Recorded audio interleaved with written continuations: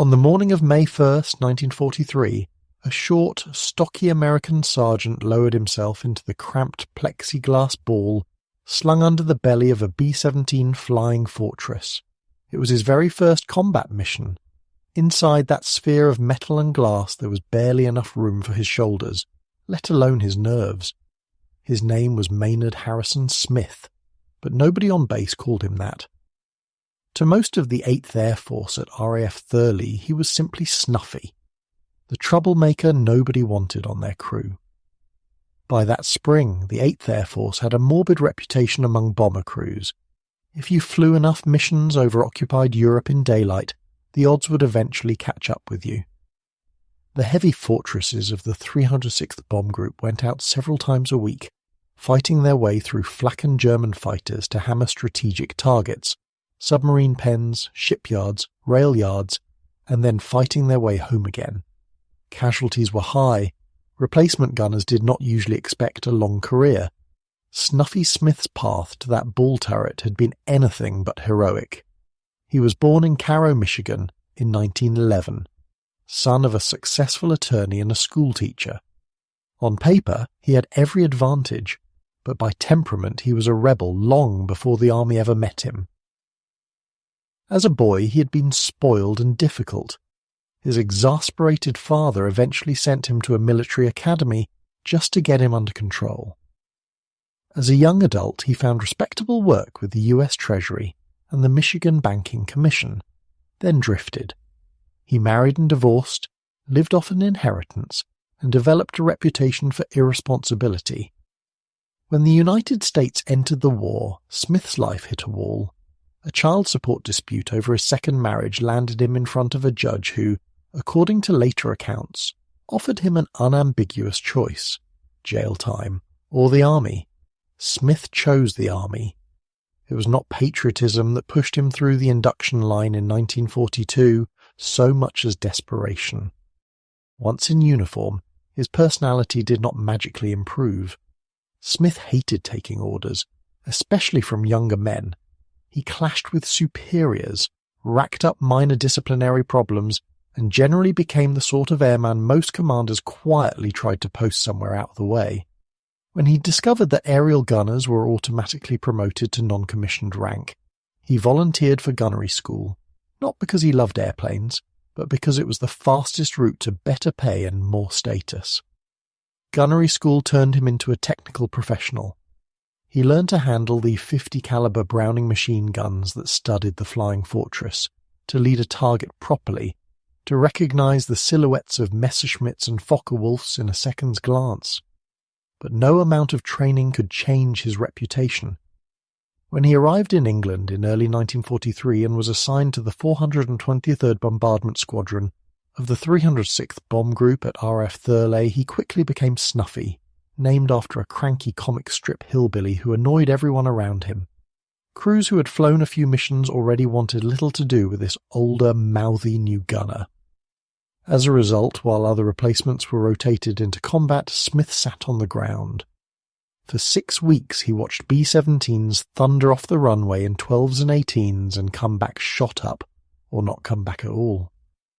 He poured coffee for returning crews, listened to their stories about Flak City, the U-boat base at Saint-Nazaire on the French Atlantic coast, ringed by heavy guns and searchlights, and about the German fighters that waited just outside the Flak barrage. The submarine pens there were carved from reinforced concrete. They sheltered the U-boats that were strangling Allied shipping in the Atlantic. For the 8th Air Force, Saint-Nazaire was an essential and terrifying target. On the last day of April 1943, orders came down for a major strike against those pens. 78 B-17s from 4 bomb groups would go, among them 18 from the 306th. Each fortress would carry 2 2,000-pound bombs, timed so that the tide would be right to weaken the submarine pen's support structures. The mission profile called for a long flight at altitude over the Channel, a bomb run at more than 25,000 feet, and a turn for home through a gauntlet of guns. In the 423rd Squadron, one of the scheduled aircraft was B-17F 65 BO, serial number 42 649. newly arrived in theatre and coded RDV on its fuselage. The airplane did not yet have a famous nickname. Its pilot, First Lieutenant Lewis Johnson, was a veteran nearing the end of his tour. This would be his 25th mission, the number that at the time entitled a bomber crewman to rotate back to the United States. For Johnson, this was supposed to be the final hurdle before home. His problem was a vacant position. One of his usual gunners was sick. The operations staff needed a replacement fast. On the board, one name was available and not yet checked off for a combat sortie: Maynard H. Smith. Against Johnson's wishes, he had heard all the stories about this difficult sergeant. The misfit from Michigan was assigned as the bull turret gunner. It is worth pausing for a moment to understand what that meant. The B-17's bull turret hung in a cradle underneath the fuselage, a rotating sphere barely big enough for a small man to curl into. The gunner entered from inside the aircraft while the turret was pointed inward, then rotated himself down until he was hanging upside down relative to the airplane, knees around the guns, feet near the mechanism. There was no room for a parachute. His chute stayed inside the fuselage, and if the turret lost power with its hatch facing the wrong way, he could be trapped. In return for this vulnerability, he had one of the best fields of fire on the aircraft. But bull turret gunners, exposed to fire from below and with little armour, knew they were among the most fragile members of the crew. Just after dawn on May 1st, 1943, engines coughed and settled into a roar along the Thurley runway. Smith climbed into the belly of 42 2T6 409 with 8 other men: pilot, co-pilot, navigator, bombardier, flight engineer, top turret gunner, radio operator, waist gunner and tail gunner. The fortress lifted into the cold English air and joined the great formation heading south toward the French coast. For a while things went by the book. At altitude the air was thin and bitterly cold, but the formation held steady. German fighters did not initially appear. Over Saint-Nazaire, anti-aircraft guns opened up in black puffs of flak, but the bombers pressed through. Johnson's crew released their 2 bombs over the target, then followed the lead aircraft in a turn toward what they believed was the safer route home. Somewhere in that manoeuvre, the mission began to unravel. The lead navigator, disoriented by cloud and compass error, thought he had guided the formation over the tip of Britain. In reality, the bombers had drifted over the heavily defended port of Brest, one of the most fortified German positions in France. Below them were batteries that had spent years training to shoot down exactly this kind of aircraft. The flak that greeted them was immediate and accurate. Shells burst at their exact altitude, rocking the big planes. 42 226 49 took hits in the fuselage and wings. Nearby, German fighters, Focke-Wulf Vab 190s and Messerschmitt Bf 109s, pounced on the formation, diving through it from above and clawing up at it from below. The sky around the bomber became a lethal geometry of black bursts and streaming traces. In the bull turret, Smith tracked fighters as they flashed past, squeezing the triggers of his twin Brownings. The intercom carried shouted warnings and gun calls. Then a burst of fire slammed into the underside of the B-17. The bull turret lost electrical power and stopped dead. Smith, by sheer luck, had his hatch aligned so he could scramble up into the fuselage. He pulled himself inside and stepped into hell. Anti-aircraft fragments and 20mm cannon shells had ripped open the radio room and waist section. A roaring fire was devouring insulation, oxygen lines, and anything else that would burn. The aircraft's oxygen system had been shot out. Several control cables that carried the pilot's inputs back to the tail surfaces were severed. 2 crewmen, including the tail gunner, were badly wounded. The heat was so intense that ammunition belts in the radio compartment were beginning to cook off and explode inside the airplane. From Smith's perspective, it must have looked hopeless. Flames licked at the thin aluminum skin of the fuselage. Smoke burned his lungs. The sound was a combination of the B-17's 4 engines straining, the crack of exploding cartridges, and the whip-snap of passing shells. Somewhere above him in the flight deck, Johnson and his co-pilot were wrestling with a fortress that was half crippled, trying to keep it level despite the damage to its controls. At this point, 3 of the crew decided the airplane could not possibly survive. They clipped on their parachutes, moved to a usable hatch, and jumped toward the sea. They would never be seen again.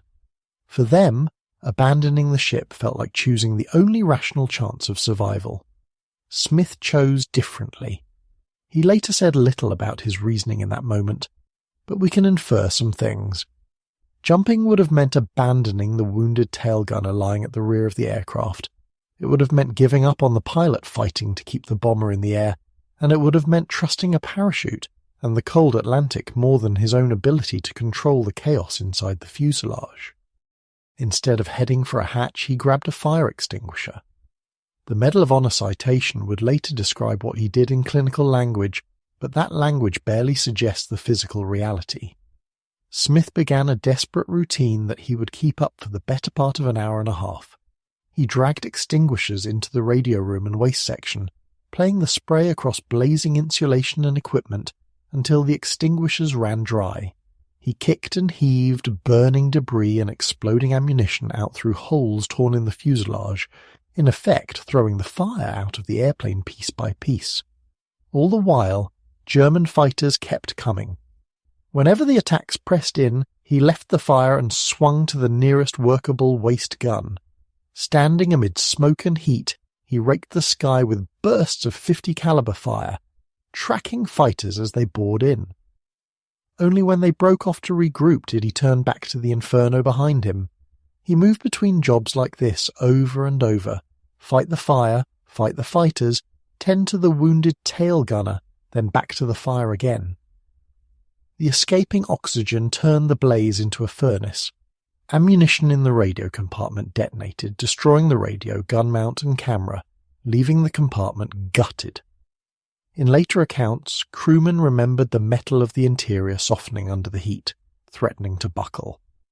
Some retellings, not mentioned in official documents but widely repeated, claim that when Smith finally exhausted every fire extinguisher and all available water, he resorted to the only liquid left, using urine in a last-ditch effort to dampen smouldering areas. Whether that detail is literally true or a dramatization, it captures the desperation of the fight. A lone gunner in a burning aircraft, using anything at hand to keep flames from reaching the fuel tanks. At some point in this chaos, he found time to crawl back to the rear of the fuselage and give first aid to the injured tail gunner, bandaging wounds and trying to keep the man conscious. Then he returned yet again to the guns as fresh fighters tried to finish off the limping fortress. From the cockpit, Johnson and his co-pilot had their own nightmare. With control cables to one side severed, the B-17 threatened to roll and dive at any moment. The oxygen system was gone, forcing them and the surviving crew to operate at the edge of hypoxia until they could descend. Yet despite the damage, all 4 engines continued to run. As long as the wings stayed on and the fuel did not explode, there was a chance to reach the English coast. Slowly, incredibly, 42-29649 clawed its way back out of the flak and into clearer air. The fighters dropped away. Johnson headed for the nearest airfield in England rather than risk the long flight back to Thurley. Behind the cockpit, Smith was still stamping on embers and smothering flare-ups with whatever material he could find, wrapping himself in cloth to protect his skin from the superheated metal. When the battered bomber finally crossed the coastline, it was hardly airworthy. Later inspection would count more than 3,500 holes from bullets and shrapnel across its structure. The radio operator's compartment was almost completely burned out. As the aircraft came into land at the first available base, the strain of touchdown proved too much. The fuselage broke in 2 on the runway, collapsing around the men inside. Yet remarkably, every crewman who had stayed aboard survived. The only members of Johnson's crew who did not make it home were the 3 who had bailed out over the sea. From the perspective of the ground crews who ran to meet the wreck, it looked like a miracle. To Maynard Smith, it probably just looked like exhaustion. He had gone into his first mission as a disliked replacement gunner. He came out of it having single-handedly saved 6 comrades and kept a fortress in the air long enough to reach England. In the weeks that followed, the story of what had happened aboard 4229649 spread through the 8th Air Force. War correspondent Andy Rooney, then a young reporter for Stars and Stripes, happened to be on the base where the destroyed bomber landed. He heard about the stubborn gunner who had fought his own fire and the Luftwaffe at the same time, and wrote a front-page article that helped turn Snuffy Smith into a minor legend. At higher headquarters, the official reports told a more formal version. They noted that on his first combat mission, Sergeant Maynard H. Smith, ball turret gunner of a B-17 of the 423rd Bomb Squadron, had shown gallantry and intrepidity above and beyond the call of duty. When his aircraft was hit by anti-aircraft fire and fighter cannon shells, its oxygen system destroyed, control cables severed, and intense fires ignited in multiple compartments.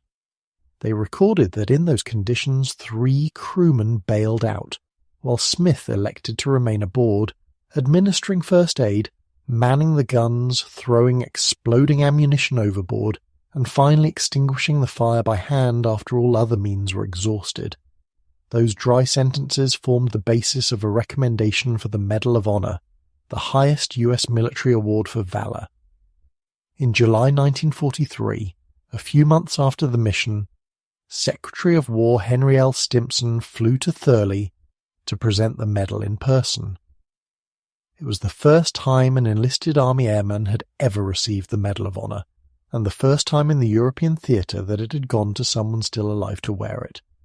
The ceremony itself acquired its own piece of snuffy lore. According to multiple accounts, when the dignitaries arrived and the band and cameras were ready, no one could find the guest of honour. Smith, still very much himself, had been assigned kitchen duty for arriving late to a briefing and was in the mess hall scraping pans. Somebody had to sprint to the kitchens, yank him out of his apron and hurry him to the flight line, where he received the Medal of Honor while still technically on KP. If this sounds like something out of a dark comedy, that is because Smith's life never fit neatly into a standard heroic arc. He flew 4 more combat missions after his award, earning the Air Medal with an oak leaf cluster, but combat stress and continued disciplinary problems eventually grounded him. Diagnosed with operational exhaustion, he was reassigned to administrative work.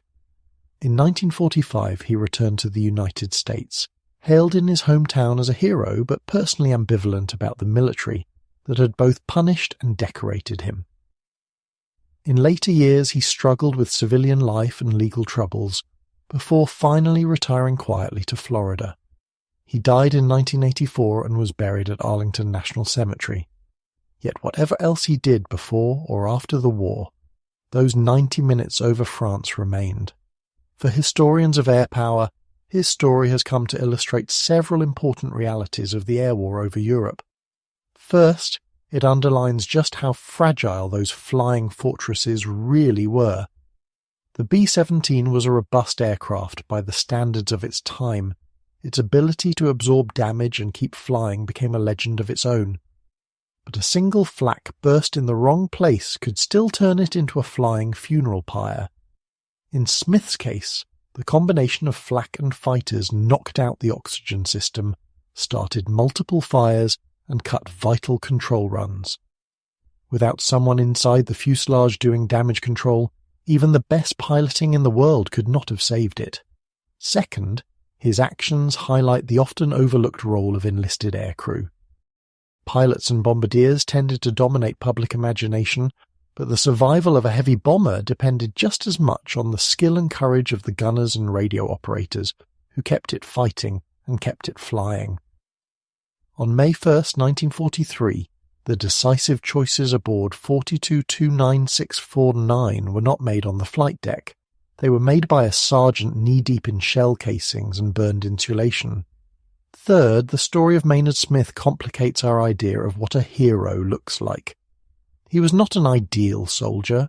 He was stubborn, insubordinate, and widely disliked. He joined the army to avoid jail, not to win medals. Even after the Air Force draped the Medal of Honor around his neck, he continued to irritate his superiors enough that he was busted in rank before war's end. And yet, when the moment came, When everyone else thought the only rational choice was to jump, he stayed in the aircraft and did the hard, dirty, terrifying work required to keep it in the sky. From a tactical standpoint, his decision to fight the fire instead of bailing out was not just brave, it was rational in its own way. Over Brest that day, German flak fighters had turned the airspace into a killing ground. The 3 men who bailed out vanished into that space without a trace. The 6 who stayed aboard owed their lives to a man who understood, perhaps instinctively, that as long as those 4 engines were turning and the wings remained attached, the safest place he could be was inside the airplane, fighting to keep it whole. If you picture that mission purely from outside, it looks like a suicide flight. A rookie gunner in a bull turret on his first combat sortie, trapped in a fortress blundering into one of the most defended ports in occupied Europe by navigational mistake. Statistically, everything was against him, but history is made not by statistics but by individual decisions made in moments of crisis. In that blazing fuselage, surrounded by exploding ammunition and hammered by enemy fire, Maynard's Snuffy Smith chose to stay, to fight, and to keep fighting until there was literally nothing more he could do. That is how one rookie gunner turned what should have been a doomed mission into one of the most famous survival stories of the air war. The B-17 that carried him never flew again. It was salvaged for parts a few days after its wrecked remains were hauled off the runway. The submarine pens at Saint-Nazaire and the batteries at Brest would be bombed again and again before the war ended. Smith himself would fade into a complicated, not always admirable civilian life. But for the men who walked away from that broken fortress, and for generations of aircrew who studied his Medal of Honor citation, the lesson remained simple and unforgettable. Sometimes the difference between a suicide mission and a legend is just one person who refuses to give up when everybody else has already decided they're dead.